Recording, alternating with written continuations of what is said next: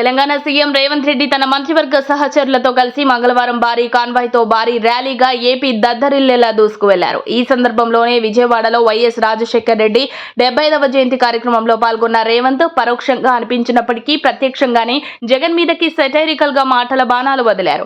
Kadapa parliament స్థానానికి త్వరలో ఉప ఎన్నిక వస్తుందని అంటున్నారు. ఏపీ రాజకీయాల్లో బిగ్ బాంబ్ పేల్చారు సీఎం రేవంత్. అలా ఉప ఎన్నిక వస్తే కడప నియోజకవర్గంలో ఊరువాడ తిరిగి ప్రచారం చేసే బాధ్యతను తానే తీసుకుంటా. కడప పౌరుషాన్ని ఢిల్లీలో చాటేలా చేస్తా.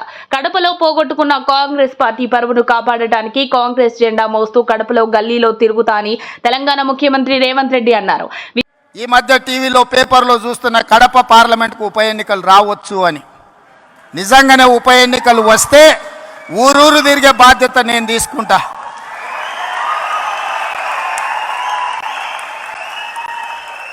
కడప పౌరుషాన్ని ఢిల్లీకు చాటే సందర్భం వస్తే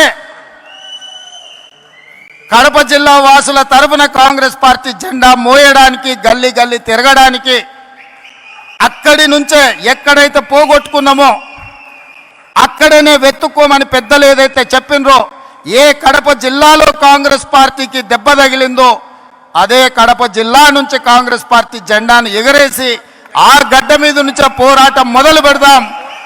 మీరందరూ కలిసి రండి, మేము అండగా నిలబడి. విజయవాడలో జరిగిన వైఎస్ఆర్ 75వ జయంతి కార్యక్రమంలో పాల్గొన్న సందర్భంగా ఆయన ఈ వ్యాఖ్యలు చేశారు.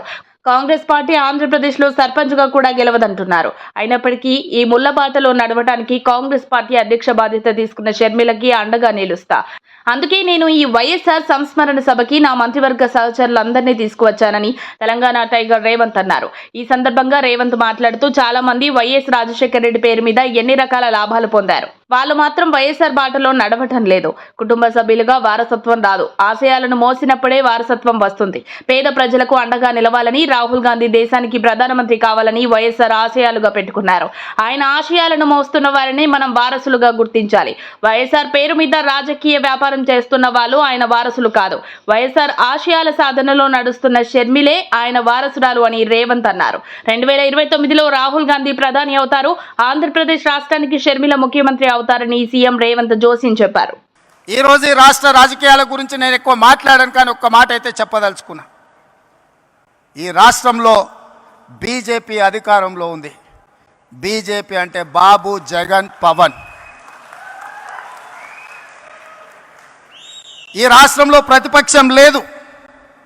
ఈ రాష్ట్రంలో ఉన్నది మొత్తం పాలక పక్షమే. బాబు గారు మోడీ పక్షమే, జగన్ గారు మోడీ పక్షమే, పవన్ గారు మోడీ పక్షమే.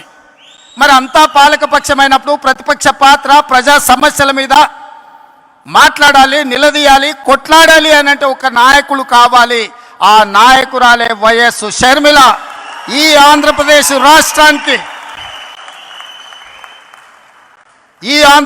రాష్ట్రానికి ప్రజల పక్షాన, బడుగు బలైన దళిత గిరిజన మైనారిటీ మహిళల పక్షాన నిలబడి కొట్లాడేది, నిలబడి మాట్లాడేది, ఢిల్లీతో నిలబడి కలబడేది వైఎస్ షర్మిల. షర్మిల గారి నాయకత్వంలో మీరు పనిచేయండి. తప్పకుండా 2029లో రాజశేఖర రెడ్డి గారు ఏ విధంగా అయితే 1984లో ప్రస్తావన మొదలుపెట్టి 2004లో 20 సంవత్సరాలు కొట్లాడి ఆనాడు ఉమ్మడి ఆంధ్రప్రదేశ్కు ముఖ్యమంత్రి అయిందో, 2009లో ఈ ప్రస్థానం మొదలుపెట్టి 2029లో ఆంధ్రప్రదేశ్ రాష్ట్రానికి వైఎస్ షర్మిల ముఖ్యమంత్రి అవుతుంది.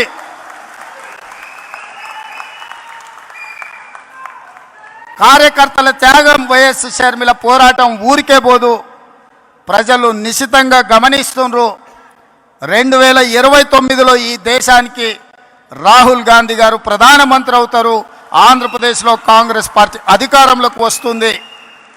ఇదే వైఎస్ఆర్ చివరి కోరిక.